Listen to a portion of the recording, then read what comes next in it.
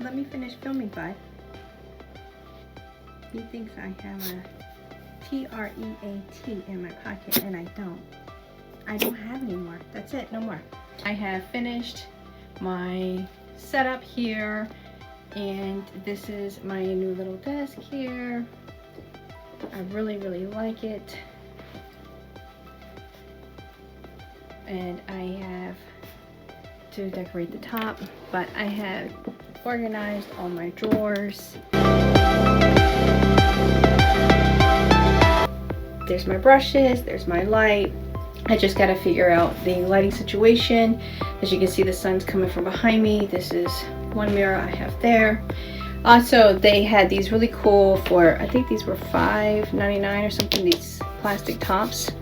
But I know that when you do makeup and things, it can get on certain materials and it's hard to get off. Being that this is particle board, of course, you don't want to ruin it. So I did buy 2 of these to put on here so I don't damage, you know, the material of this desktop.